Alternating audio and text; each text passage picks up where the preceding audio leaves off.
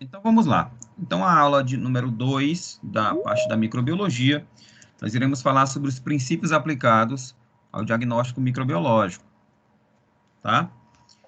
Então, como que, como que ocorre a sequência de eventos de um paciente, a partir do momento que ele sofre, apresenta sintomas de uma doença microbiológica, né? Uma doença causada por micro-organismo, qual a sequência de eventos que deve acontecer até chegar ao diagnóstico do paciente e início do tratamento? Então, o paciente, né, ele vai ao consultório médico e, ao ser examinado, o médico solicita ali algumas amostras, né, biológicas para fazer a identificação do micro-organismo, fazer os testes de sensibilidade a antibiótico e, a partir desses resultados, né, fazer a terapêutica do paciente baseado nos exames laboratoriais. Então, a microbiologia, né, como um todo, ela depende da amostra. Então, a amostra ela tem que ter uma qualidade, ela tem que ter uma quantidade, ela tem que ser representativa para que o diagnóstico clínico laboratorial seja o mais fidedigno possível. Então, as amostras utilizadas no laboratório de microbiologia são sangue, fezes e urina, né? Mas também pode ser um raspado de pele ou um imprint da lesão. O que é imprint? É você pegar a lâmina e encostar na lesão ali e fazer a análise microbiológica, né? Geralmente, amostras de fungos podem ser feitas por imprint, mas também de bactérias, né? De tecidos infectados por fungos ou bactérias. Mas pode ser uma biópsia de um tecido, né? Um corte de um pedaço de tecido que vai ser, então, preparado, essa amostra, para, então, identificar o agente causador da lesão ou da doença, tá? E também pode ser um suave da mucosa, colocar aquele suave estéreo na mucosa, coleta ali amostras da nasofaringe, ou então da mucosa oral, em pacientes que têm ali uma infecção de garganta grave, para identificar que micro-organismo é aquele que está causando aquela patologia. Então, essa amostra, ela pode ser designada, pode ser levada para o setor de microbiologia molecular. Não são todos os laboratórios que têm esse setor, mas alguns laboratórios de ponta, né, alguns laboratórios de apoio, nós temos os laboratórios regionais, como nós temos aqui na nossa capital, mas quando o laboratório daqui não tem aparato suficiente, ele manda a amostra para fora para um laboratório de apoio. O Álvaro, o Hermes Pardini, são exemplos aí de laboratórios de apoio. E aí essa amostra pode ser utilizada para fazer o diagnóstico molecular, onde vai ser feita a análise do material genético do micro-organismo para identificar a espécie daquele micro-organismo, inclusive a cepa, né? Às vezes a bactéria, ela tem um plasmídio ali de resistência que confere a essa bactéria uma resistência a um determinado antibiótico, geralmente de amplo espectro. Isso é mais comum em bactérias, em infecções hospitalares. Então, pode ser feito empregadas técnicas para o diagnóstico molecular do agente microbiológico, análises moleculares como PCR, RT-PCR, se for vírus, ou PCR em tempo real, hibridização de ácidos nucleicos utilizando sonda. Então, várias técnicas são empregadas ali para fazer o sequenciamento desse material genético do micro-organismo e chegar a um diagnóstico muito preciso. Porém, essa microbiologia molecular é muito cara, mas alguns hospitais, alguns laboratórios utilizam essa técnica.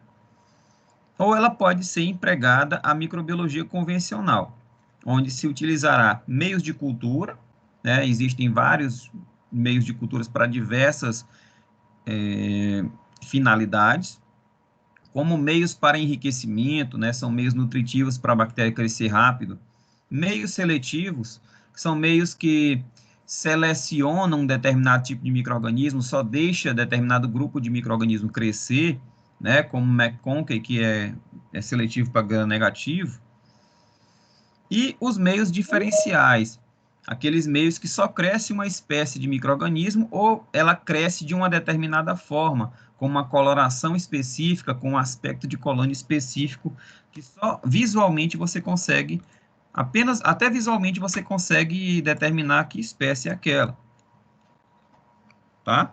Como, por exemplo, Staphylococcus aureus no meio verde brilhante. Então, depois que essa amostra ela então foi semeada em meios de cultura, você vai isolar essas culturas puras, né, que foram ali semeadas, e depois desse isolamento de cultura, você vai fazer a identificação dessa cultura com ensaios que dependem do cultivo, né, você pode utilizar ali técnicas imunológicas ou técnica molecular, além de provas bioquímicas, né? Catalase, DNase, lactase, ou fermentadora de lactose, de glicose, de sacarose, PIR, CAMP. Então, são várias técnicas que são empregadas para determinar a espécie do micro-organismo. E, paralelo a isso, além da identificação, é importante fazer o antibiograma, né? O antibiograma vai determinar qual o antibiótico aquela cepa ela é mais sensível e quais são resistentes, fazendo ali trazendo uma informação extremamente importante para traçar a terapêutica do paciente. Além do mais, o paciente ele pode utilizar a amostra de sangue desse paciente para fazer imunoensaios, né? Técnicas imunológicas, que a gente, inclusive, a gente debateu um pouquinho sobre essas técnicas hoje pela manhã, né? Então, técnicas de aglutinação, técnicas de floculação, como o caso do VDRL, ou técnicas mais sofisticadas, como ELISA, radioimunoensaio, radioimunofluorescência, hemaglutinação ou hemólise. Então, são técnicas que são utilizadas no ambiente da microbiologia e também da imunologia para o diagnóstico, para a identificação do micro-organismo. Então, aquele paciente que apresenta sinais e sintomas de uma doença infecciosa, o que é que vai acontecer com esse paciente?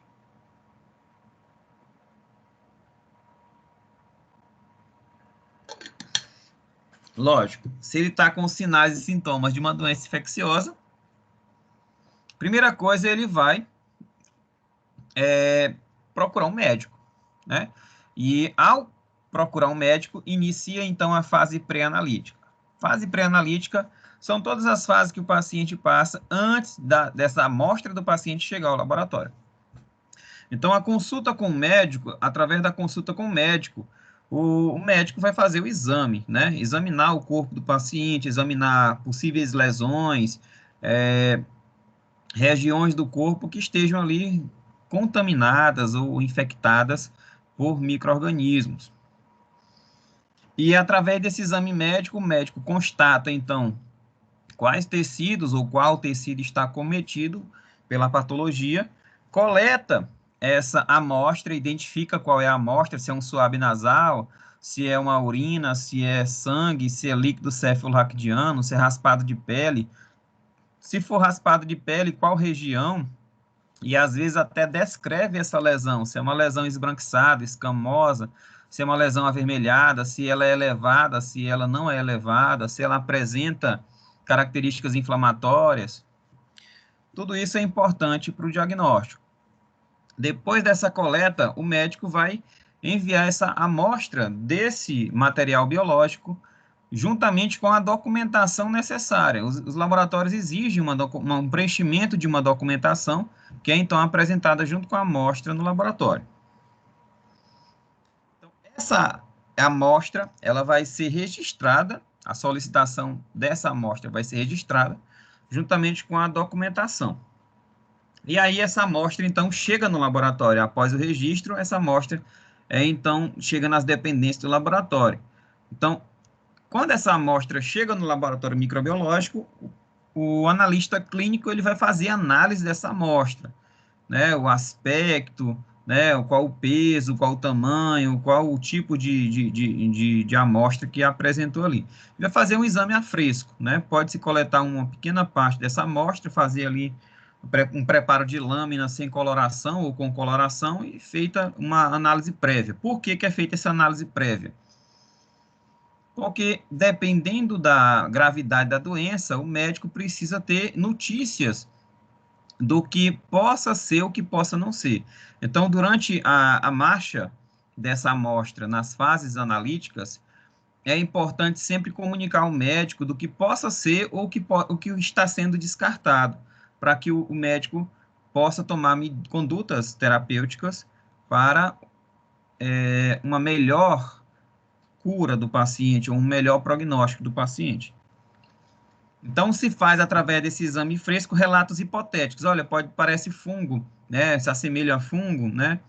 A lesão apresenta ali secreções mucoides, secreções esbranquiçadas, fétidas, com gosto de fruta, cheiro de frutas, perdão.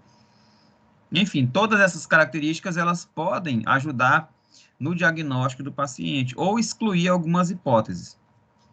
E depois, essa amostra, após feita análise à fresca, essa amostra, então, vai ser preparada e também será escolhido os meios de cultura mais adequados para o cultivo do micro-organismo de tal amostra.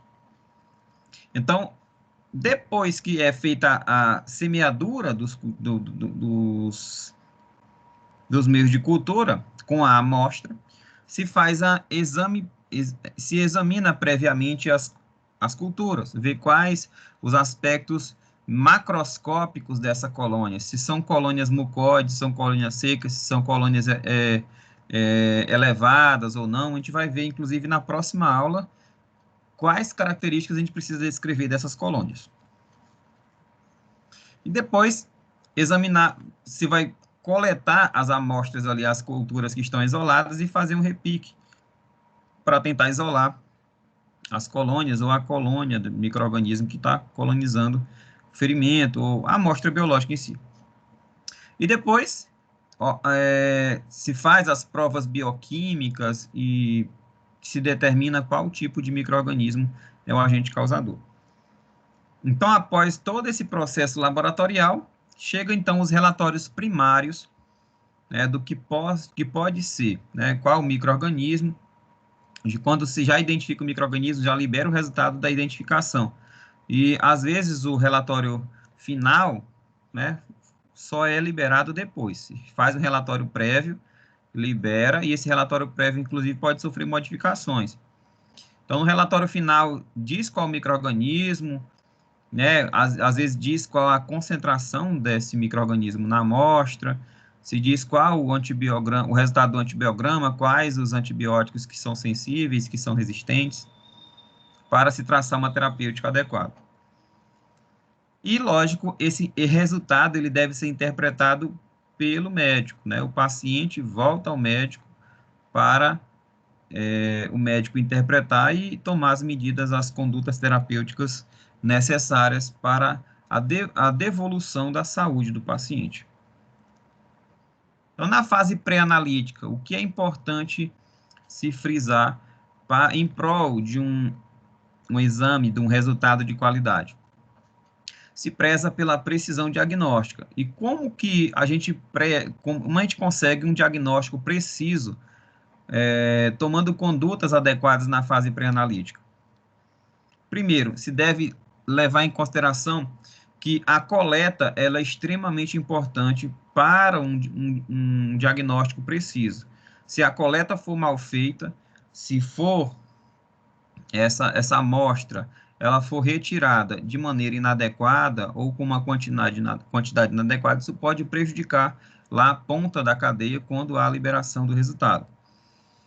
Então, para que essa coleta ela tenha uma qualidade satisfatória, é importante que o profissional que vá coletar essa amostra, ele seja um profissional qualificado, que ele saiba o que está fazendo, como que deve ser empregada a técnica, como que deve ser feito o raspado de pele, como que deve ser coletado o sangue, como que deve ser coletada a urina do paciente que está na UTI, como as medidas que devem ser utilizadas para evitar uma contaminação da amostra, né, que gera ali um falso positivo. Se deve também saber, o profissional deve saber qual o local real da infecção. Então, não adianta você coletar uma amostra biológica que não é a fonte da contaminação. Você faz um raspado de pele de um local que não é a fonte de contaminação. E isso vai gerar um diagnóstico impreciso. Em determinadas condições, é importante você coletar a amostra numa ocasião ótima. Então, existem amostras que elas sofrem concentração do patógeno em determinadas horas do dia, como, por exemplo, da urina, né? Quando o paciente ele fica muito tempo sem urinar, é o local, é o momento ideal para coletar a urina, porque vai estar cheio de micro-organismos e fica mais fácil de você fazer o diagnóstico.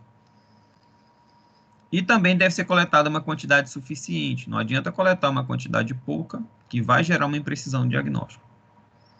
E também deve-se levar em consideração que a coleta do material ela deve ser feita antes do uso de antimicrobiano, porque quando o antimicrobiano ele é iniciado, a antibiótico terapia, a quantidade de micro-organismos elas decai drasticamente. Isso pode prejudicar e muito o diagnóstico clínico. E, lógico, deve ser feita a identificação correta do frasco, colocar o rótulo correto, utilizar o frasco adequado para o transporte, às vezes o líquido de transporte adequado, a temperatura adequada para esse transporte. Então, além da coleta, como a gente já falou, o transporte também é muito importante. Não adianta você fazer uma coleta perfeita se essa amostra ela vai ser submetida a uma condição de transporte inadequada. Isso pode deteriorar a amostra, pode gerar uma contaminação e pode gerar uma imprecisão no diagnóstico. Então, o importante é coletar, se a amostra for sólida, utilizar um tubo seco e estéreo, né? Geralmente existe aquele tubo de ensaio da tampa branca, ele é utilizado para transportar amostra biológica, a gente tem em laboratório. O da tampa vermelha é com ativador da cascata, da tampa verde é com heparina, e o da tampa branca, ele é um tubo seco, ele é um tubo de ensaio que não tem nada dentro. Você pode colocar uma amostra biológica lá, que ela não vai sofrer contaminação de nada, né? Ela é estéril e não tem nenhum aditivo ali dentro. Então, se for uma amostra líquida, se for um raspado, se deve ser feito no meio de transporte adequado. Se for uma urina, tem que saber qual o meio de transporte. Se for sangue, qual o recipiente de transporte.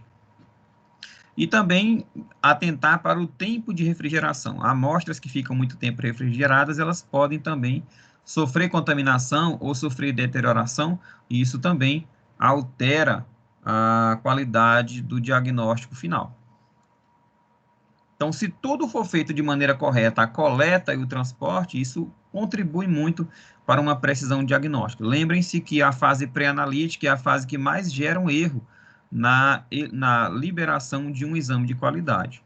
Cerca de 70% dos erros acontecem aqui, na coleta, no transporte, na aquisição da amostra, né, na hipótese diagnóstica do médico ser errada. Então, os erros mais grosseiros, a grande quantidade, acontecem aqui.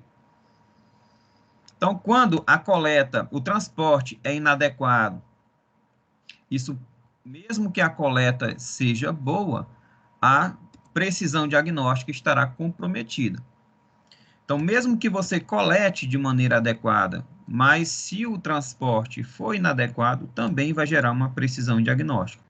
Então, é necessário que ambos sejam executados de maneira impecável, adequada.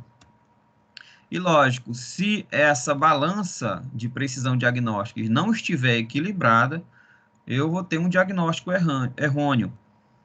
Esse diagnóstico errôneo pode ser um falso positivo, né? Dizer que o paciente tem um micro-organismo sem ele ter, geralmente acontece com uma coleta de uma amostra errônea, ou de um local errado da lesão, ou de uma contaminação durante o transporte.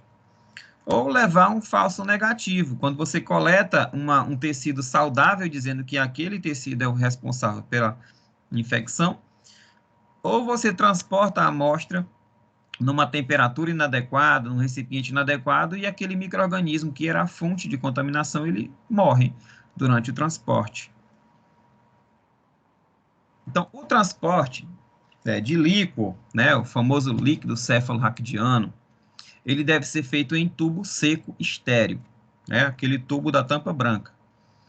O líquido pleural, né, faz ali a punção do líquido pleural quando tem alguma infecção pulmonar, tuberculose, pneumonia, é também feito em tubo seco estéreo, aquele tubo de ensaio da tampa branca, do laboratório.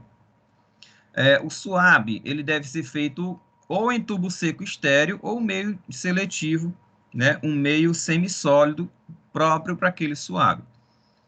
Além de feridas e tecidos, deve ser utilizado em um tubo com anticoagulante.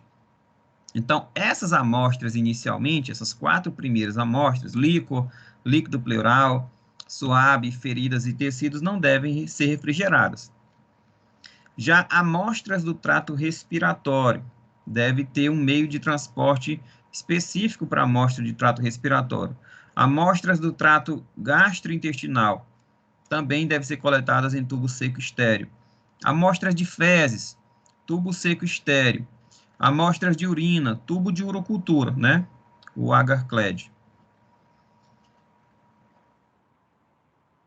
Quando que essa amostra, quando chega no laboratório, o analista clínico vai analisar o aspecto dessa amostra. E quando que o analista clínico tem o poder de rejeitar aquela amostra e solicitar uma nova coleta e novo transporte.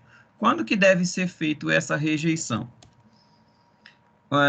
Quando a hipótese diagnóstica do médico é mal elaborada, você pode ter a liberdade de ligar para o médico, explicar, tentar convencer o médico de que pode ser uma outra coisa que o médico esteja suspeitando. Ou informações mal colhidas. Então, o médico ele descreve ali alguns sinais clínicos imprecisos, ou falta ali um detalhe nos sinais clínicos que o paciente apresenta, manifesta. Ou então, a amostra chega, ela foi coletada e a amostra chega no laboratório depois do tempo máximo de transporte. Então, se essa amostra demorou chegar demais ao laboratório, você tem a obrigação de rejeitar essa amostra e solicitar uma nova coleta. Ou então, quando essa amostra chega com um volume inadequado ou insuficiente. Era para ser 4 ml, chegou 2. Né? Ou então, essa amostra ela foi coletada, mas o líquido de transporte estava abaixo do normal. Tudo isso são condições que você pode rejeitar a amostra. O tubo que estava sendo transportado a amostra quebrou ou vazou. Também é um motivo para excluir ou rejeitar a amostra e solicitar uma nova coleta. Tubos com materiais que tiveram a coleta, conservação e transporte inadequados também devem ser rejeitados. E também quando a requisição da amostra é preenchida de forma inadequada. Depois que essa amostra ela passou por esse crivo inicial de aceite ou rejeição da amostra, ela passa então para a fase analítica. Então, no laboratório, qual é o nosso objetivo? É identificar o micro-organismo causador daquela patologia. E como que é feita essa identificação? O que se é feito, né, para chegar a essa identificação? Primeiro, você vai passar, algumas amostras, elas passam por processo de coloração. Depois, essa amostra corada, ela vai ser utilizada, vai ser analisada por microscopia. E a análise microscópica, ela vai ser depois feita um meio de cultura, né? Porque a coloração ela vai fazer um crivo ali, se são cocos isolados, se são streptococos, se são estafilococos, se são gram-positivos, se são gram-negativos. Então, essa microscopia prévia vai nos dar um norte ali de quais possíveis micro-organismos podem estar se tratando daquela responsável por aquela patologia. E aí se seleciona o meio de cultura adequado para aquele tipo de amostra. Depois do meio de cultura, essa amostra que é semeada inicialmente no meio de cultura, ela vai passar por uma fase de isolamento, vai ser inoculada em outros meios de culturas específicos e passar por uma técnica de isolamento da cultura, para você ter uma cultura pura e chegar a uma identificação correta. E só então essa amostra ela vai ser identificada. Esse isolamento e inoculação ela pode, né, ser novamente submetida a uma nova coloração para só então ser identificada. Existem algumas colorações específicas, como a coloração de Zell-Nielsen, que é para Mycobacterium tuberculosis e Mycobacterium leprae, que pode, se for uma amostra de pleura, se for uma amostra de lavado brônquico, pode ali necessitar de uma coloração secundária para identificar o micro-organismo. Mas após a inoculação e isolamento, se pode utilizar provas bioquímicas para a identificação do micro-organismo, né?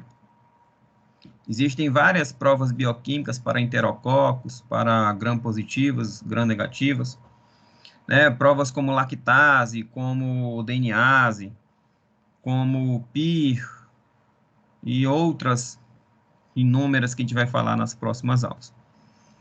Então, através de provas bioquímicas, você consegue identificar o agente causador da patologia. Ou você pode também usar meios seletivos, que são capazes também de isolar e identificar o micro-organismo. Então, vamos falar inicialmente agora da coloração. A coloração é uma etapa fundamental na fase analítica.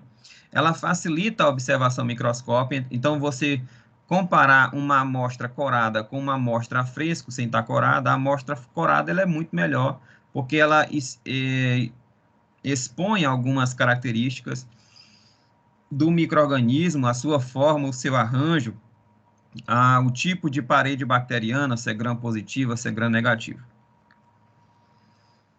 Ela também é responsável pelo diagnóstico presuntivo, então o diagnóstico preliminar, o resultado preliminar, ele já pode ser feito através da coloração. Se descreve lá que foram observadas cocos, víbrios, espirilos, espiroquetas, ou cocos isolados, tetra de sarcinas, streptococos, estafilococos, cocobacilos, bacilos, víbrios. Então, através da apresentação desse micro-organismo, de acordo com o seu formato, com o seu arranjo, né, se consegue ali identificar alguns poucos grupos de micro-organismos. E ele também é responsável pelo controle de qualidade, né? Uma coloração ela nos ajuda a determinar se existe apenas um tipo de micro-organismo ali na amostra, ou existem 2 ou 3, porque se tiverem mais de um tipo de micro-organismo, pode ser indicativo de uma contaminação da amostra. E a coloração ela diminui os erros durante o processo de identificação do micro-organismo. Então, aí nós temos uma coloração de Gram, onde as bactérias são positivas, e uma coloração de Gram, onde as bactérias são gram-negativas, aqui em cima, e gram-positivas aqui embaixo. Então, aqui são diplococos, não dá para ver direito, mas são gram-negativos. Se são, está parecendo bacilos. Enfim, e aqui nós temos estafilococos, né? Cocos no arranjo de estáfilo, em arranjo de cachos, né? Pode ser estafilococos aureus, mas pode ser uma outra espécie de estafilococos. Então, como que se faz, então, essa coloração? Primeira coisa que se faz é o preparo da amostra. Se utiliza, então, alça de platina ou suave, e esse material, esse equipamento, né, a alça ou suave, vai ser utilizado, então, para fazer o cultivo no meio de cultura. Então, deve-se retirar parte do inóculo do meio e depois emulsificar em lâmina com cloreto de sódio, uma solução fisiológica, né? Você pega ali a alça de platina ou suave e faz uma suspensão daquele micro-organismo em um meio de solução soro fisiológico.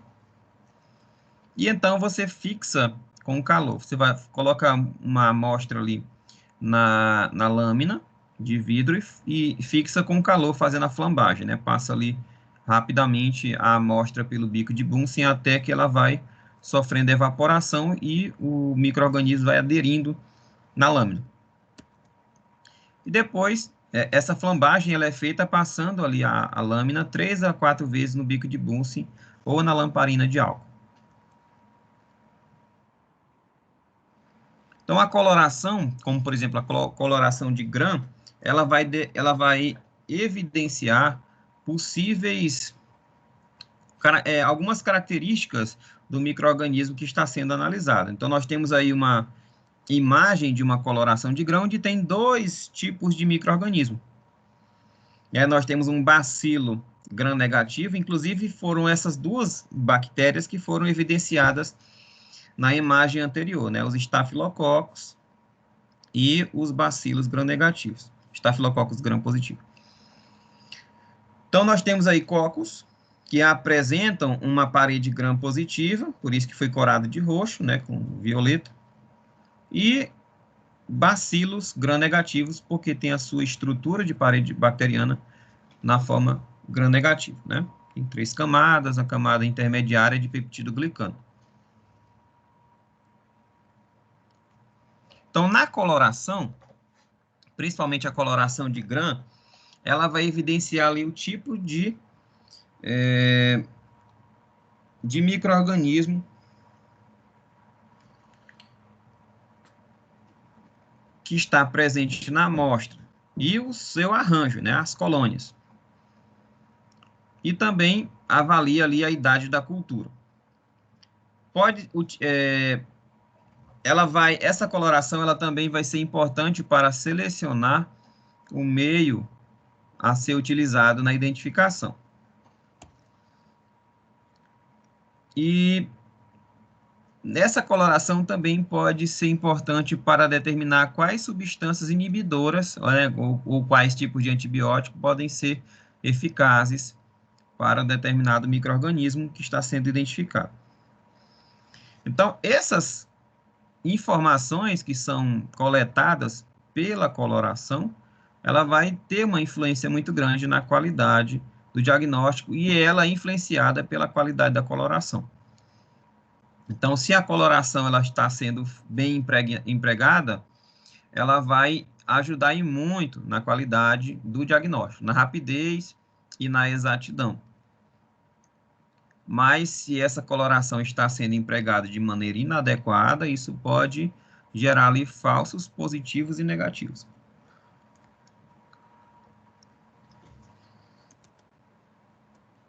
Pessoal, até aqui tudo bem? Tá dando para acompanhar? Estou falando rápido. Eudócia, Arinildes, Maria Letícia, Laurilene, Tati Lima. Tá tranquilo. Tá dando para acompanhar? Maria, professor. Maria. Sim, professor, tranquilo. Que repete aquelas, não que sejam iguais, né? Mas o cuidado nessa questão da amostra, né? Tanto na citologia, a gente que faz aqui exames na farmácia, só um posto de coleta. A gente vê que às vezes a gente perde algum material porque ao transportar, o motoqueiro levar lá para o ponto onde vai ser analisado o laboratório, às vezes interfere, a gente tem que colher de novo. Aí, nessa área também da microbiologia, de novo, né? Está nos lembrando o cuidado com essa questão de amostras, né? E o que a gente olha nesses detalhes que faz diferença no final do resultado para o paciente, né? Com certeza. Não só na microbiologia, na citologia, na bioquímica, na hemato, todas essas áreas da análise clínicas, elas sofrem influência das fases pré-analítica, analítica e pós-analítica.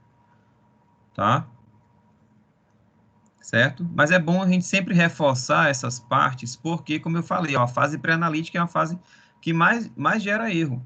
Por incrível que pareça, a fase analítica, que é onde nós estamos presentes em maior quantidade, né, com mais força, é a que menos gera resultado errado, né?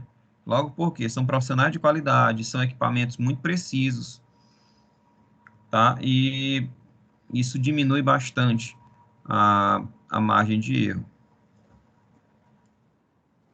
Depois da coloração do processo lá, eu diria que o meu material ele fica mais protegido, tipo assim, mais resistente, mais durável para você analisar outros dias depois ou não?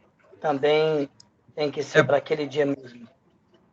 Não, assim, Aldócio, você pega apenas uma pequena quantidade da amostra para fazer coloração. O restante segue, tá? Porque quando você flamba aquele material ali, as bactérias vão ser destruídas. Elas vão ser fixadas. É igual a lâmina de sangue. Você pega 10 microlitros da amostra de sangue e faz a lâmina. O restante vai ser passado no equipamento. Tá? Então, aquela amostra que não foi corada, que é grande parte, ela vai continuar a marcha de etapas ali do laboratório clínico. Ok. Tá certo? Então, vamos lá. Então, depois da coloração, né? Então, no caso aqui, na coloração, vai ser evidenciado, por exemplo, no caso da coloração de Gram, se a bactéria ela tem uma parede de Gram positivo, uma parede de Gram negativo, tá? Porque essas informações podem influenciar na decisão de qual antibiótico utilizar. As bactérias gram-negativas, elas são bactérias que têm uma maior resistência a antibióticos, porque ela tem uma dupla camada ali, e alguns antibióticos não conseguem agir diretamente nesse micro-organismo. Então, uma das colorações utilizadas na fase analítica é a famosa coloração de Gram, né? A coloração de Gram, no que consiste? Primeiro, eu vou preparar um esfregaço, vou pegar ali uma alça de platina, vou espalhar a minha amostra, que já foi solubilizada no soro fisiológico, vou espalhar essa amostra numa camada fina, vou secar ao ar, né? Pode ser uma secagem natural, ou eu posso fixar pelo calor, né? Fazendo a flambagem. Lógico que com luva aí, né? Apesar da ilustração estar uma luva, uma mão nua, ela deve estar calçada com luva. Depois você vai cobrir a lâmina com um corante, né? Corante de sua escolha. E lavar essa amostra corada e depois secar. Depois dessa lâmina já preparada, a coloração já preparada, se vai então fazer análise microscópica, né? Sempre na objetiva de 100, usando óleo de imersão para avaliar, né? Deixa eu só fazer um negocinho aqui.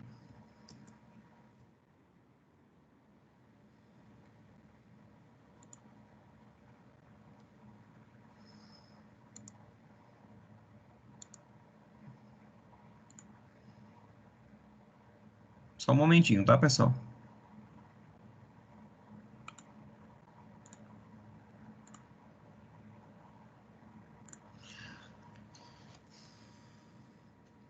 Então, durante o processo de coloração de Gram, a primeira etapa da coloração é cobrir o esfregaço já fixado pelo calor, né, pela flambagem, com cristal violeta por 1 minuto. Então, nessa primeira etapa, tanto as bactérias gram-positivas quanto gram-negativas, elas vão se corar de roxo. A segunda etapa é adicionar a solução de iodo por 1 minuto. Nessa segunda etapa, todas as células vão permanecer roxas, vão se estar coradas pelo iodo. Na terceira etapa, você vai fazer uma descoloração rápida com álcool. Você vai jogar álcool ali, ou uma solução de álcool e cetona por 20 segundos. E aí, nesse caso, o que é que vai acontecer? As gram-positivas, elas continuam coradas de roxo, mas as gram-negativas, como ela tem uma membrana lipoproteica externa, elas perdem esse corante com essa lavagem. Elas vão voltar a ficar incolor. A quarta etapa da coloração de Gram é você adicionar uma solução de safranina por 1 a 2 minutos. E aí o que acontece? As células gram-negativas ou gram-positivas, elas continuam coradas de roxo, e as gram-negativas vão ser coradas por safranina, né? Elas vão absorver essa coloração vermelha. Então, ao analisar a amostra em microscopia, você consegue determinar se a bactéria é gram-positiva ou quais bactérias são gram-positivas e quais são gram-negativas. Então, através dessa coloração de gram, você vai determinar qual a forma do micro-organismo. Se são cocos, se são bacilos, se são víbrios, espirilos, espiroquetas. Também é possível determinar a disposição dessas bactérias. Se são bactérias isoladas, se são bactérias ligadas em dois, né, como diplococos, diplobacilos. Se são bactérias que estão ligadas em fila indiana, né, como os streptococcus ou streptobacilos. E se estão arranjadas em forma de cachos, né, como os estafilococos. Além de determinar, lógico, a composição da membrana plasmática, se é uma parede, membrana plasmática não, parede bacteriana, se é uma parede gram-positiva ou gram-negativa. Então, aqui são as etapas da coloração de gram. Primeiro, fixar o esfregaço pelo calor. Segundo, cobrir a lâmina com cristal violeta. Terceiro, depois de cobrir com cristal violeta, lavar. Aplicar Lugol. Lava novamente. Aplica a solução de álcool acetona para retirar a coloração roxeada das gram-negativas. Lava de novo na água. Cobre com fucsina fenicada ou safranina. Lava novamente e depois examina a microscópio. Tá? Sempre na objetiva de 100 e usando óleo de imersão. Então, aqui nós temos uma lâmina corada por gram. Então, nós temos aí Staphylococcus ou Streptococcus gram-negativos, né? Cocos gram-negativos, perdão, e os Streptococcus gram-positivos. Tá? Tem bactérias gram-negativas e bactérias gram-positivas.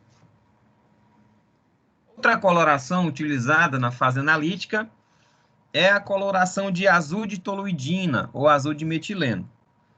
Essa coloração é utilizada em algumas amostras biológicas, como, por exemplo, líquido pleural, né? Aqui nós temos a indicação de onde é encontrado o líquido pleural.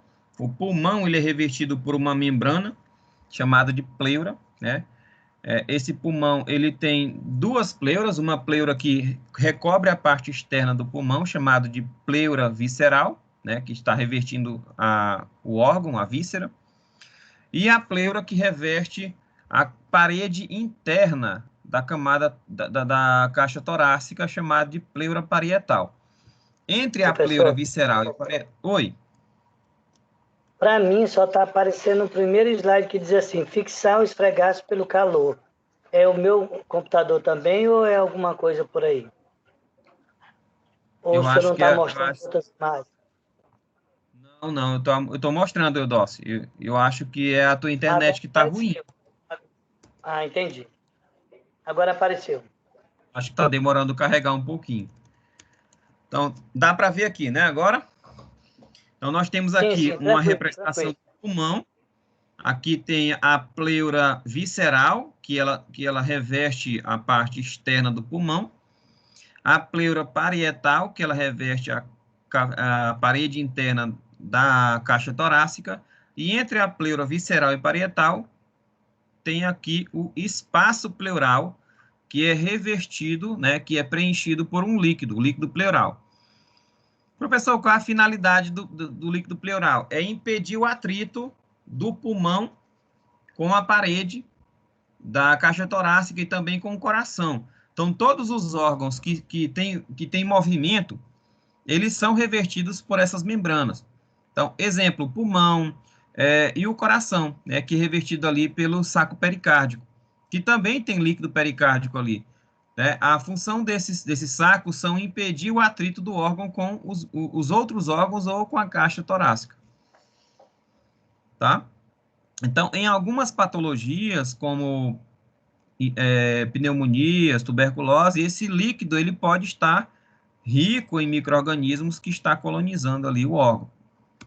Então, é através dessa punção desse líquido que se faz análise de biópsias ou secreções respiratórias, como, por exemplo, para a identificação de micro-organismos colonizadores dos pulmões, como o Pneumocystis girovense.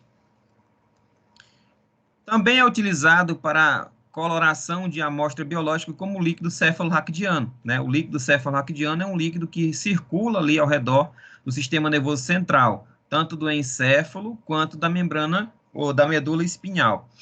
Então, esse líquido ele pode também ser colonizado por micro-organismos que causam, por exemplo, a meningite, que é a inflamação dessas membranas que revestem o cérebro, né? O sistema nervoso central. As 3 meninges, né? A dura mater, o aracnoide e a pia mater. A dura mater é a membrana que está colada ali com a caixa craniana. O aracnoide é a membrana intermediária e a pia mater, a membrana que está mais próxima do cérebro. Então, a inflamação dessas membranas que revestem o sistema nervoso central é chamada de meningite. E a meningite ela pode ser causada por bactérias, por vírus, por fungos e também até por reações inflamatórias, alérgicas, né? Algumas alergias podem gerar meningite. Mas, lógico, as bacterianas e virais são as mais graves, principalmente as bacterianas. E são as mais infecciosas. Então, bactérias, né? Micro-organismos que vão estar ali presentes nesse líquido, no líquido cefalorraquidiano, vão ser, então, coradas e vão ter também utilizadas para a identificação por meio de cultura, para diagnóstico, por exemplo, do Haemophilus influenza, ou Neisseria meningitidis, também é uma bactéria causadora de meningite. Então, aqui nós temos a representação dessa coloração por azul de metileno, ou azul de toluidina. Outra coloração muito importante na fase analítica é a famosa coloração de Ziehl-Neelsen, que foi seu inventor, né? Mas ela também é conhecida como BAR, né? Coloração de bacilo álcool ácido resistente, que ela é específica para o gênero Mycobacterium. Nós temos 2 espécies muito importantes na medicina aí, que são alocadas no gênero Mycobacterium. Mycobacterium tuberculosis, que causa tuberculose, e o Mycobacterium lepre, também chamado de bacilo de Hansen, causador da hanseníase, ou popularmente conhecido como lepra, né? Então, nessa fase, na coloração de Ziehl-Neelsen, como que é feita essa coloração? Primeiramente, se fixa a amostra na lâmina de vidro pelo calor, fazendo flambagem. Depois você vai cobrir essa amostra com fucsina fenicada, que é um dos reagentes, um dos corantes utilizados na coloração de Gram. Você vai descorar com uma reação de álcool ácido. Depois você vai contracorar essa lâmina com azul de metileno, sempre lavando a lâmina entre uma etapa e outra. E depois você vai ter a lâmina pronta, que vai ser analisada em microscópio, na objetiva de 100, usando óleo de imersão. E aí, os micobactérios, eles são corados de vermelho, e todos os outros são corados de azul. Então, esse micobactério, ele retém a fucsina, fucsina fenicada, ou safranina, e mesmo após a lavagem com solução de álcool ácido, ela não remove, não é removido esse corante. Então, na hora da contracoloração com azul de toluidina, os micobactérios permanecem na coloração avermelhada. Então, por exemplo, se aqui for uma amostra de escarro, aí nós vemos aí o Mycobacterium tuberculosis. Se for uma amostra de raspado de pele e deu bacilo álcool ácido resistente, pode ser uma tuberculose ganglionar, por exemplo, né, que é muito rara, que ela pode acometer os gânglios. Inclusive, uma cantora, se não me engano, foi daquela dupla que eram das coleguinhas, não lembro o nome agora. Uma delas, que é aquela mais magrinha, ela teve tuberculose ganglionar, que perdeu muito peso, quase morre. Ou pode ser uma hanseníase, né? Aqui nós temos uma lâmina de corada com Zionilson, onde as demais células se coram de azul, mas as bactérias do gênero Mycobacterium coram-se de vermelho, né? Mycobacterium lepre, Mycobacterium tuberculosis, se coram de vermelho. A próxima coloração é a coloração de Fontana de Tribondot. Ela é utilizada para a coloração de bactérias, geralmente do gênero que tem um formato espiral, que tem ali uma membrana, como as espiroquetas, que tem filamentos axiais, que são membranas que recobrem o eixo maior da bactéria, em formato de espiroqueta. Então, essa coloração de Fontana Tribondot, ela tem ali corantes derivados da prata, pigmentos de prata, que deixam, né, evidenciados ali esses filamentos axiais encontrados nas espiroquetas. Por exemplo, a Leptospira interrogans e Treponema pálido são dois exemplos de bactérias de interesse médico que são corados pela coloração de Fontana Tribondot, que têm formato de espiroqueta.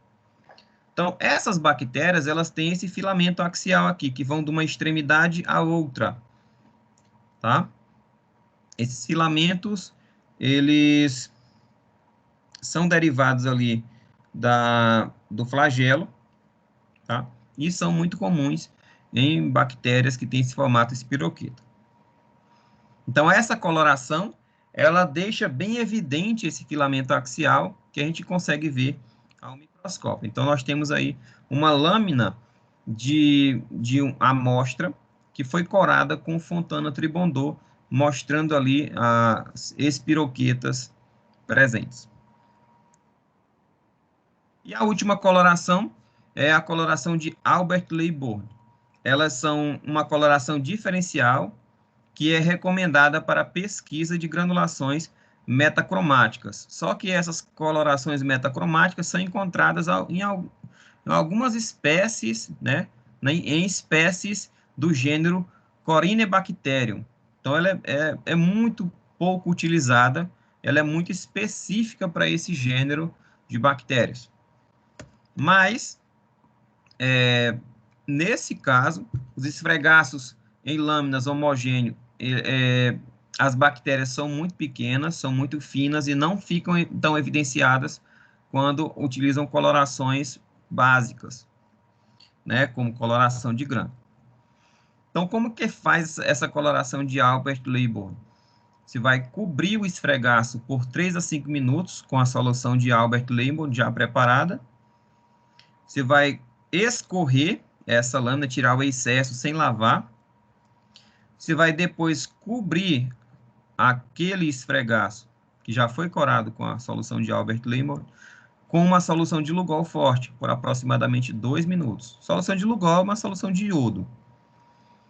E depois você vai examinar a lâmina ao microscópio, lógico, tem que esperar secar, usando o microscópio com objetivo de imersão. E aí, as bactérias do gênero Corynebacterium apresentam essa estrutura esverdeada com os poros arroxeados, corados pelo Lugol. Depois da coloração, qual é a fase seguinte, né? Qual é a etapa seguinte da identificação microbiológica? A microscopia. Então, o que a gente vai fazer na microscopia? Após você ter uma amostra já corada, você vai fazer análise microscópica desse esfregaço corado. Você vai observar o quê? Você vai observar a forma do micro-organismo, como eu já falei, se é um formato de cocos, cocobacilos, bacilos, víbrios, espiroquetas, espirilos.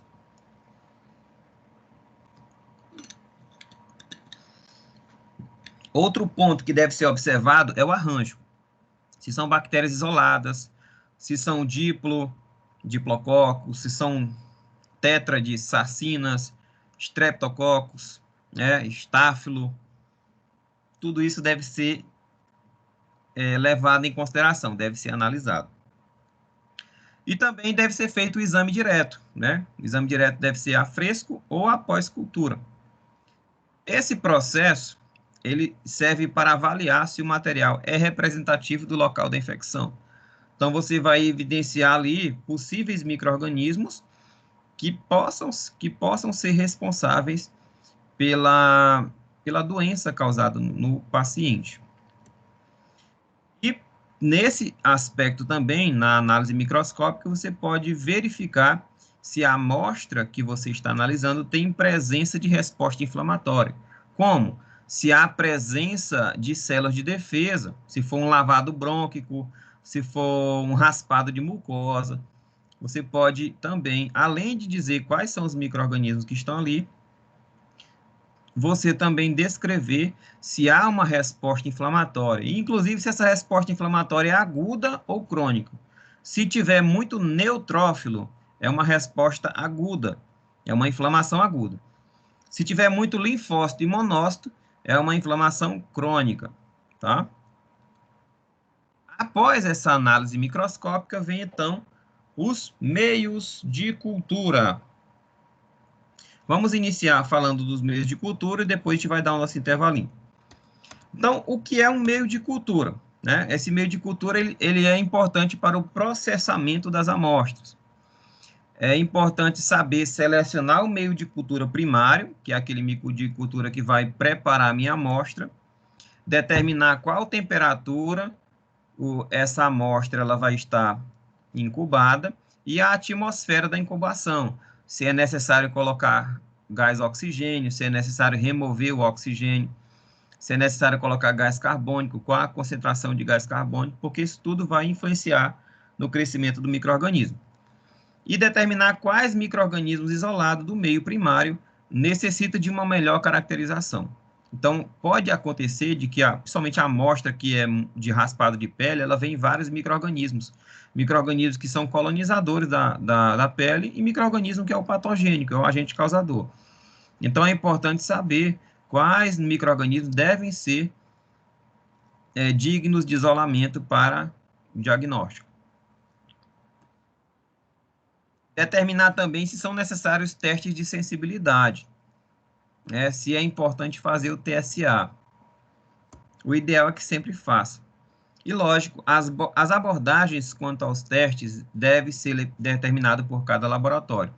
Então, cada laboratório traça ali a sua estratégia de como proceder em cada amostra, né? Cada laboratório de microbiologia tem ali um POP, onde determina ali as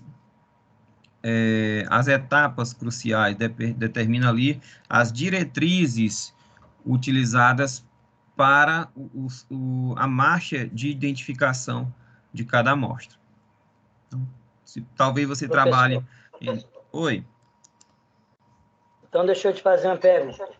Quando a gente fala das colorações, a gente falou hoje sobre coloração de grama, depois falou sobre essa...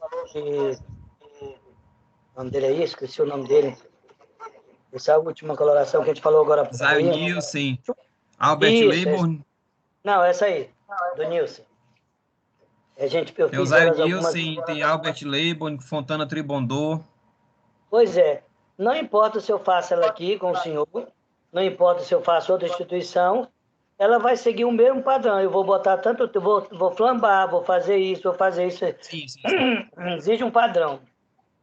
E nesses outros modelos, não. Cada laboratório define uma metodologia que ele vai usar, não tem um padrão universal para que a gente pudesse, então, assim como tem na coloração... Tem as diretrizes básicas, né? Mas existem os pequenos ajustes ali que cada laboratório tem a independência de fazer. Deu para entender? Então, você faz um raspado de pele. E aí, chegou a identificação de vários micro-organismos ali. Qual meio de cultura vai ser utilizado depois? Existem alguns que podem ser utilizados, mas cada laboratório vai determinar qual o meio de cultura mais adequado para aquela condição. Tá? Existem vários meios de cultura.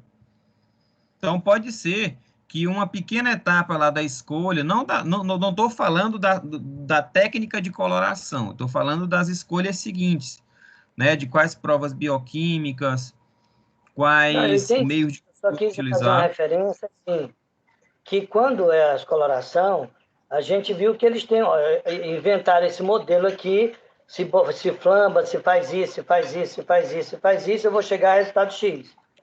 E aí, Uhum. quando parte da segunda etapa que o senhor está falando aí cada laboratório determina, eu entendo que eu posso escolher um meio de cultura, um mais caro, um mais barato, onde o laboratório A, Sim. laboratório B, mas eu queria dizer assim, vamos imaginar, vamos chamar de amarelo.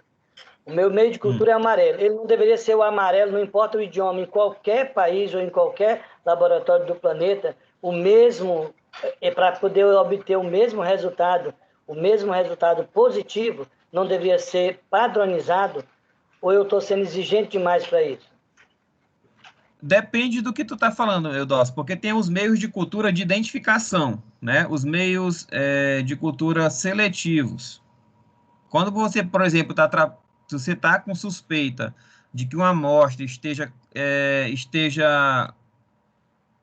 contaminada, esteja presente salmonela ou shigella, você vai utilizar o meio SS, que é específico para salmonela ou shigella. Então, esse meio SS, ele vai ser utilizado em qualquer laboratório de microbiologia quando se suspeita de salmonela ou shigella, porque ele é um meio de identificação. Se cresceu ali, ou é salmonela ou é shigella, tá? Mas existem os meios de enriquecimento, que existem vários meios de enriquecimento. Então, cada laboratório tem a liberdade, os meios de transporte, existem vários. Cada laboratório tem a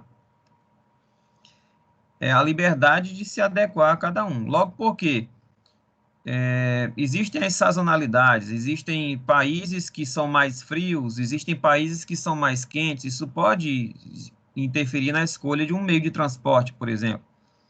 Até as Ok, próprias entendi. colorações, até as próprias colorações, elas sofrem pequenos ajustes, Eudócio, até pelo fabricante. Por exemplo, tem coloração de panótipo que você dá 6 mergulhinhos ali em cada reagente e fica perfeita.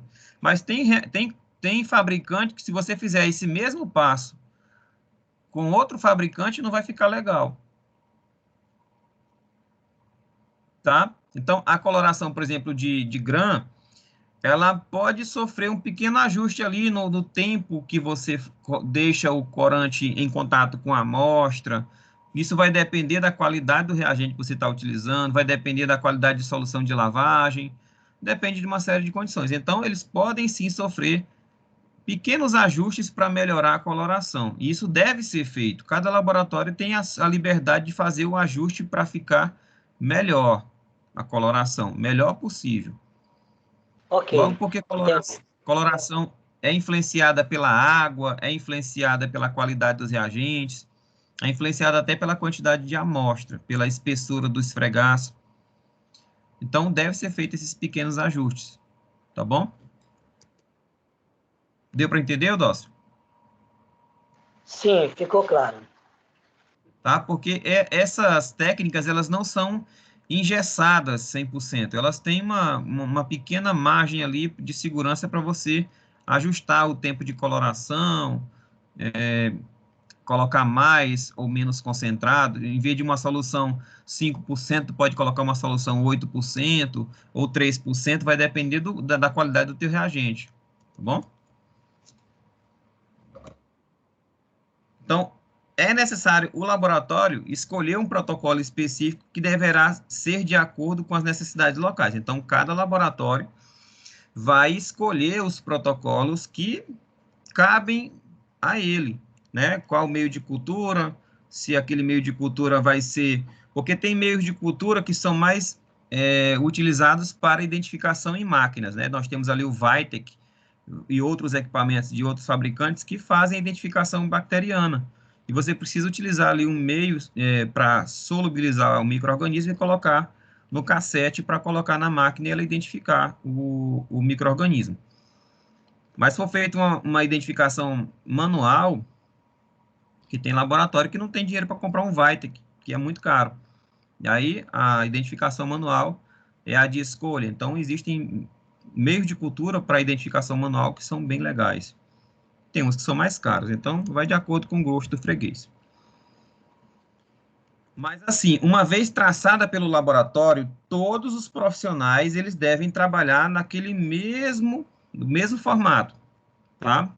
Então, as diretrizes do laboratório, elas devem ser seguidas por todos os profissionais, devem trabalhar com unidade.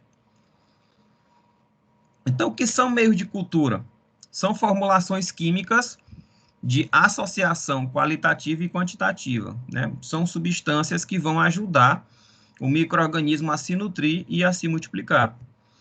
Então, esses meios de cultura, eles têm nutrientes necessários para que o organismo sofra multiplicação, né, se desenvolva e consiga ser cultivado em meio de cultura.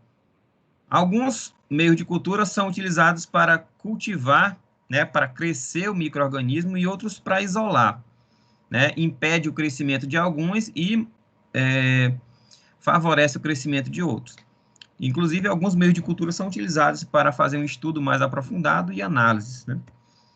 Então, a sobrevivência e o crescimento dos micro-organismos, ele vai depender dos nutrientes encontrados nesse meio de cultura e também naquele ambiente físico favorável, na estufa, né, na calibração da estufa. Se você está colocando CO2, se você está retirando oxigênio, porque tem bactéria que precisa de CO2 para crescer, tem bactérias que não toleram oxigênio. Então, esse ambiente artificial que você fornece ao micro-organismo vai também facilitar ou impedir o crescimento desse micro-organismo. Então, o crescimento do micro-organismo em meio de cultura, ele depende dos componentes nutricionais corretos que o meio de cultura deve ter. Esse nutriente ele tem que estar presente em quantidades e em proporções adequadas. Não basta estar presente, ele tem que estar presente na quantidade certa. Tá? Então, igual a nutrição humana, que ela deve ser variada e em proporções adequadas, o micro-organismo também necessita de nutrientes em proporções adequadas. E, além do meio de cultura ser adequado, a condição adequada de incubação também é importante. Então, a calibração da estufa, a temperatura, a umidade, a atmosfera artificial da estufa tem que estar condizente com o micro-organismo. O pH também do meio de cultura é importante, porque tem bactérias que são acidófilas, que elas adoram meio ácido, como, por exemplo, o Helicobacter pylori, que consegue sobreviver num pH de 3, lá do estômago, tá? Mas tem bactérias que são mesófilas, né? Que são neutrófilas, que adoram pH neutro, e outras que são alcalinófilas, que gostam de pH alcalino. Então, o pH tem que estar condizente com o micro-organismo que você quer cultivar. E, lógico, aquele meio de cultura tem que ser estéril, porque você não pode colocar um micro-organismo para crescer se já tem micro-organismo lá, que você vai contaminar a sua amostra, e, inclusive, aquele meio de cultura ele já pode estar exaurido, ele já pode estar com os nutrientes consumidos, porque aquele micro-organismo que já estava lá consumiu todos os aminoácidos, todos os carboidratos, todos os sais minerais que deveriam estar presentes para o micro-organismo de interesse utilizar no seu metabolismo. Então, como que são classificados os meios de cultura? Eles são classificados de acordo com o estado físico, né? Eles podem ser, de acordo com o estado físico, eles podem ser sólidos, meios de cultura sólidos. Eles podem ser semissólidos, que são mais gelatinosos, né? Uma gelatina mais molinha. E eles podem ser também meios líquidos, né? Como, por exemplo, o caldo BHI, é um meio líquido, é um meio líquido de armazenamento e também de enriquecimento. BHI é Brain Heart Infusion, que é uma infusão de cérebro e coração de carneiro. Você faz aquele caldo triturando cérebro e coração de carneiro, que são tecidos extremamente nutritivos para o micro-organismo. Então, vários micro-organismos conseguem crescer naquele triturado de cérebro e coração de carneiro. Os meios de cultura eles também podem ser classificados de acordo com a sua procedência, como naturais ou artificiais. Os naturais, por exemplo, o meio de... me esqueci o nome, é um nome enrolado, que é o meio de cultura para crescimento de bactérias, de Mycobacterium tuberculose. Lonsden Jensen, uma coisa assim, que é feito com ovo e batata inglesa triturada. Ele é um meio mais esverdeado, que bactérias da tuberculose conseguem crescer, mas demora um mês, mais ou menos, para ela crescer. E existem meios de cultura artificiais. Oi. Repete esse negócio bem que o senhor falou para eu botar no meu caso clínico, por favor. Vou lá te dizer o nome eu vou falar desse meio de cultura, é porque ele tem um nome enrolado, peraí. Ele tem lá na frente, eu vou ter no próximo slide.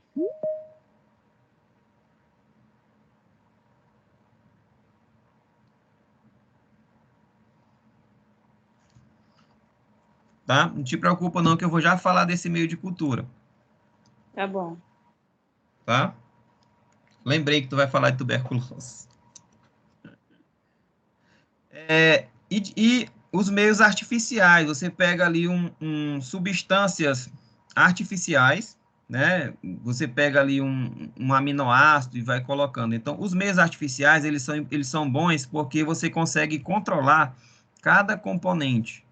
Diferente, por exemplo, dos meios naturais, que você pega ali cérebro e sangue de carneiro. Tem cérebro e sangue de carneiro que já é um carneiro bem hidratado, bem nutrido, que vai dar mais nutriente, ou um cérebro e um sangue de carneiro desidratado, desnutrido, que vai estar com menos nutrientes. Então, os meios de cultura naturais, eles são mais variáveis na sua composição, vamos dizer assim. E os artificiais, não, eles são bem específicos, bem rígidos na sua composição. Porque, por exemplo, existem meios naturais que utilizam ovo. Tem ovo que você compra no supermercado, tem ovo que tem a gema bem clarinha, tem ovo que tem a gema mais escura, tem ovo que a gema é grande, tem ovo que a gema é pequena, a clara, enfim. Essa diversificação da matéria-prima faz com que os meios de cultura também sejam mais diversos na sua composição. De acordo com a composição, o meio de cultura ele também pode ser simples ou especiais, né? Vamos já falar dessas composições todas. E também os meios de cultura eles têm uma finalidade. Existem 9 subdivisões para finalidades específicas, que nós vamos debater ao longo da aula.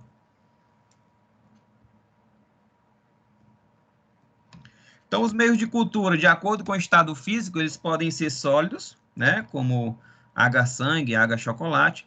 Eles podem ser semissólidos, né, como os meios de prova bioquímicas. E os líquidos, né, como o caldo BHI. De acordo com o estado físico, o meio ele pode ser sólido quando a composição dele tem uma adição de uma substância solidificante, geralmente água, né? E essa substância solidificante é encontrada na concentração de 1 a 2%.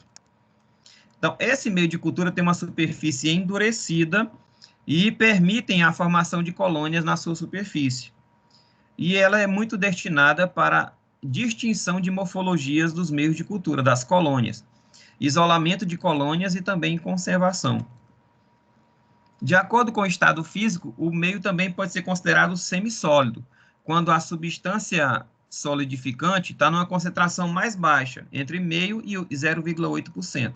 O sólido é de 1 a 2%. Esses meios de cultura semissólidos são utilizados para determinar se a bactéria é móvel, que você faz o inóculo, né? Também são utilizados para testes bioquímicos. E o meio líquido, ou também chamados de caldo, eles não têm agente solidificante. Eles têm nutrientes dissolvidos em solução aquosa, não há formação de colônias, essas bactérias vão estar diluídas no meio, e eles servem para aumentar o número de micro-organismos e também para algumas provas bioquímicas que são feitas em meios líquidos. Então, os agentes solidificantes são, por exemplo, o AGA, que é um polissacarídeo de galactose, que é extraído de algas marinhas. Mas também pode ser a gelatina, né? A gelatina que a gente utiliza, né? Em casa para fazer sobremesa. é um polissacarídeo extraído da cartilagem de mamífero, geralmente de mocotó de boi. Aquela parte gelatinosa lá do... Quem come mocotó sabe, né? A canela do boi mesmo. Aqui em São Luís, todo mundo chama mocotó, no interior a gente chama de panelada.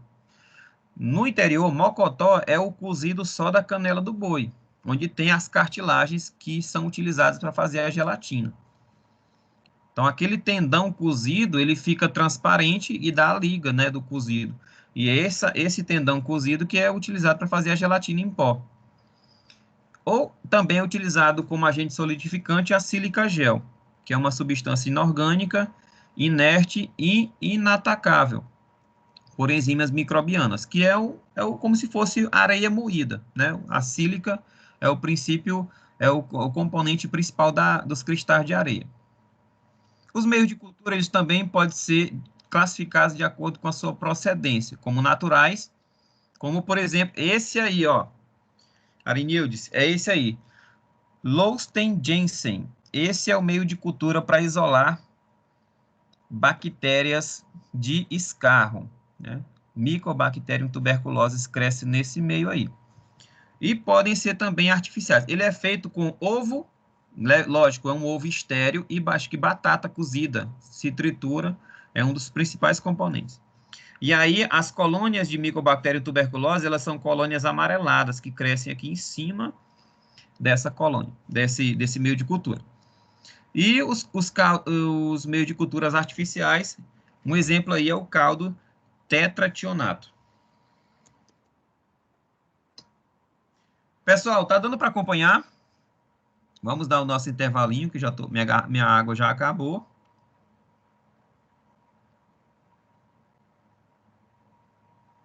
E eu estou precisando beber. Alguma dúvida até agora, pessoal? Eudócio, Arinildes, Tranquilo, tranquilo. Ludilene, Maria, Tati. Ninguém mais? Então vamos dar o nosso intervalinho de 15 minutos e a gente retorna para concluir a aula de hoje, tá bom? Só para dar um descanso aqui na garganta. Até mais.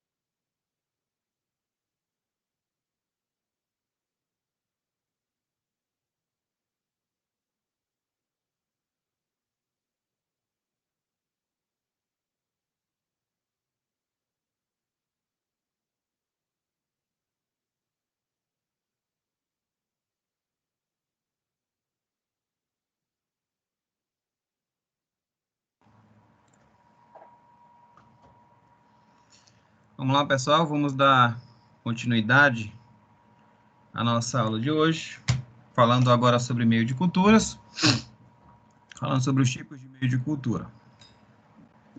Então, nós estávamos falando sobre a procedência dos meios de cultura, se naturais ou artificiais. Então, os meios de cultura, de acordo com a procedência,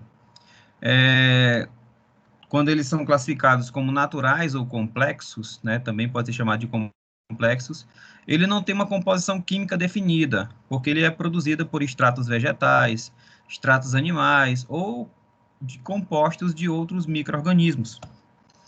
Ele é usado para micro-organismos menos exigentes na nutrição. E o exemplo aí, o meio Lousten-Jensen, que é utilizado para o cultivo de Mycobacterium tuberculosis. Ele contém sais, né, ovos e pedaços de batata na sua composição. Já de acordo com a procedência, agora falando de meios de culturas artificiais ou de composição definidas, esses meios eles têm uma composição química bem definida e bem restrita, né, bem controlada. Esses meios são utilizados para micro-organismos mais específicos e exigentes, né, no que se refere a conteúdo e a quantidade desse conteúdo. No exemplo aí, o caldo tetrationato, que é utilizado para identificar salmonela. Ele contém apenas iodo, iodeto de potássio e água, em concentrações em proporções definidas. Os meios de culturas, como nós falamos, eles também podem ser classificados de acordo com a sua composição, como simples, como por exemplo o H-sangue, ou composições especiais, como triptose sulfito cicloserina. Então, quando o meio de cultura é considerado simples ou complexos, os simples, também chamados de básicos, eles permitem um crescimento bacteriano sem satisfazer exigência especial, como o H-sangue, né? Cresce praticamente todo tipo de micro-organismo ali. Então, os caldos e o H-simples são exemplos de meio simples. Já os meios especiais, eles contêm um aditivo ali que satisfaz a exigência de um determinado micro-organismo. Como, por exemplo, o meio BHI, ele que tem cérebro e coração, o soro bovino e fragmentos de fígado, ele é encontrado no caldo BHI. Os meios Charrid, Ferguson, Perfringens, chamados de SFP, e o meio triptose sulfito cicloserina, o TSC, que é utilizado para identificação e crescimento de Clostridium perfringens. De acordo com o objetivo do meio de cultura, eles podem ser classificados como meio de cultura para contagem, né, como o H. Baird-Parker, meios de cultura para estocagem, como o H. Saborot, e meios para triagem, como o H. Tríplice açúcar e ferro. Então, meios de contagem, eles servem para determinar a quantidade de micro-organismos na amostra. Exemplo aí, agar de contagem em placa e o H. Baird-Parker. Os meios de estocagem, eles servem para conservar os micro-organismos, como o H. Saborot. E os meios de triagem são utilizados para caracterizar e identificar determinado grupo de micro-organismos, como, por exemplo, o H. Tríplice açúcar e ferro, né, que tem glicose, sacarose e frutose, se eu não me engano, além de sais de ferro. Ainda falando sobre o objetivo dos meios de cultura, tem aí o H-citrato, que serve para identificar, e os meios pré-enriquecidos, como água peptonada. Os meios de identificação também são exemplos aí, os meios de provas bioquímicas e fisiológicas, como o H-citrato, caldo nitrato. Os meios pré-enriquecidos, eles são utilizados para analisar material desidratado ou recuperar organismos que foram danificados ou antes de serem inoculados. Exemplo aí, o agar peptonada, de caldo lactosado que serve para isolamento de salmonela. Então, nós temos aqui os meios de cultura para provas bioquímicas, né, que determinam ali se o micro-organismo é lactose ou oxidase. Não, que é empregado, essas provas bioquímicas, no caso, essas 5 aí, são empregadas para bactérias que são lactase positiva, né, que fermentam a lactose e que não não apresentam enzima oxidase. Aqui nós temos o gabarito dessas provas. Já as bactérias que são lactose negativa e oxidase negativo, são utilizadas as provas bioquímicas de baixo, para identificação de Shigella, Proteus, Morganella, Providência, Salmonella, Citrobacter, Klebsiella, Serratia, Enterobacter e Acinetobacter. E as colônias lactase negativo e oxidase positivo são meios utilizados para identificação de pseudomonas, víbrio, cólera e vírus para-hemolíticos, além de Enterococcus fecalis, Escherichia coli, Klebsiella e Proteus. E aí, para quem gosta de microbiologia, quem pretende trabalhar no laboratório de microbiologia, tem um aplicativo muito legal que ajuda ali na identificação de bactérias, nas provas bioquímicas, que é chamado de Microbial Identification. Ele é um aplicativo grátis. Lá tem todas as provas positivas. E aí você vai marcando o resultado de cada prova bioquímica que você fez naquele micro-organismo. E aí eu exemplifiquei aqui, ó. Vamos supor que a bactéria ela produz gás, né, de gás positivo, e produz H2S, né, sulfeto de hidrogênio. Então, só com essas duas provas bioquímicas eu consegui identificar a bactéria. É uma Clostridium perfringens, que está aí embaixo no resultado. Então, essas duas provas bioquímicas, o gás, produção de gás, bactéria foi gás positivo, e produção de sulfeto de hidrogênio também foi positivo. Só com essas duas provas bioquímicas eu consegui identificar a bactéria, Clostridium perfringens. Os meios de cultura também têm o objetivo de enriquecer, né, como o caldo tioglicolato. Existem os meios diferenciais, né, como H-sangue, e os seletivos, como H verde brilhante. Na verdade, diferencial é H-McConkey, eu errei aí, tá? Desconsiderem. McConkey ele só cresce gram negativo. Então, os meios de enriquecimento, eles proporcionam nutrientes para o crescimento de micro-organismos e inibem também a presença de micro-organismos competidores. Então, ele promove o crescimento de um determinado grupo e inibe o crescimento de outros. Como, por exemplo, o caldo tetrationato selenito-cistina, que é específico para crescer salmonela. O caldo tioglicolato, que cresce Clostridium perfringens. Já os meios diferenciais, eles permitem estabelecer diferenças entre micro-organismos parecidos e facilita a identificação de bactéria quando existem outras bactérias crescendo no mesmo meio. Então, dá para ver a diferença de colônias.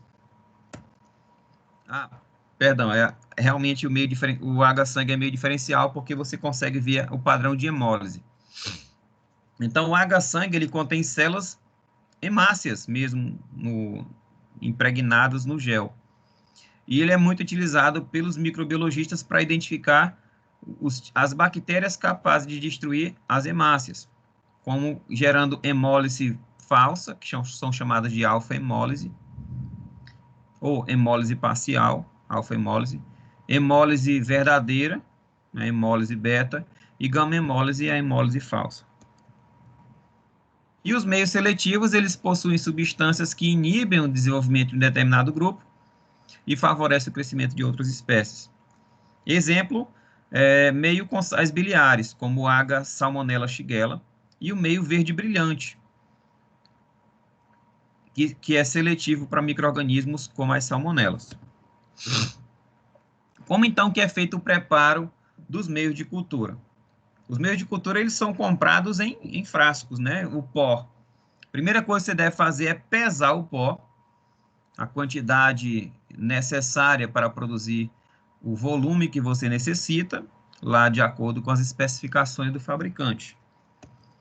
Depois você vai diluir esse pó com água destilada. E após a diluição, no volume já especificado pelo fabricante, você vai medir o pH desse meio, para que esse pH seja condizente com a recomendação do fabricante para evitar impedir crescimentos de micro-organismos. Lembra lá que os micro-organismos eles são exigentes quanto ao pH. Após o ajuste do pH, se faz então o aquecimento para que ocorra ali a diluição do pó, né, e a formação da gelatinificação do meio. Depois se faz a distribuição desse meio nos recipientes, podem ser tubos de ensaio ou placas de Petri, e são postos então para autoclavar, para esterilizar aquele meio, evitar que micro-organismos contaminantes colonizem aquele meio recém-preparado. E depois eles são então utilizados, né, para a sua finalidade, né? Então, pessoal, é isso, a nossa aula de hoje. E aí eu deixo a bibliografia recomendada para quem quer se aprofundar nesse assunto. Alguns livros de microbiologia, o Microbiologia Médica, Microbiologia de De Brooks. O Tortora, ele é muito bom, principalmente para quem trabalha em laboratório, porque ele mostra em detalhes as técnicas imunológicas e microbiológicas. Inclusive, eu utilizo muito ele para fazer algumas aulas minhas, tanto de microbiologia quanto de imunologia. Ele tem uma parte que descreve todas as técnicas laboratoriais de virologia, né, de isolamento de vírus, de bactérias, de fungos, de parasito. E o de Kahneman também é muito bom. Esse livro é excelente, muito completo. Ele tem mais de 2.000 páginas. Muito bom também. E o Microbiologia Médica de Murray. O Patrick Murray. Ele também é muito bom. Então, lógico, existem outros livros de microbiologia, mas os que eu mais gosto são esses 5 aí. E eu recomendo, lógico, 3 deles são da ArtMed. E são editoras muito boas. Então é isso, pessoal. Vamos abrir agora para perguntas. Arinildes, Lauriette, Maria Letícia, Tati, alguma dúvida? Deu para compreender?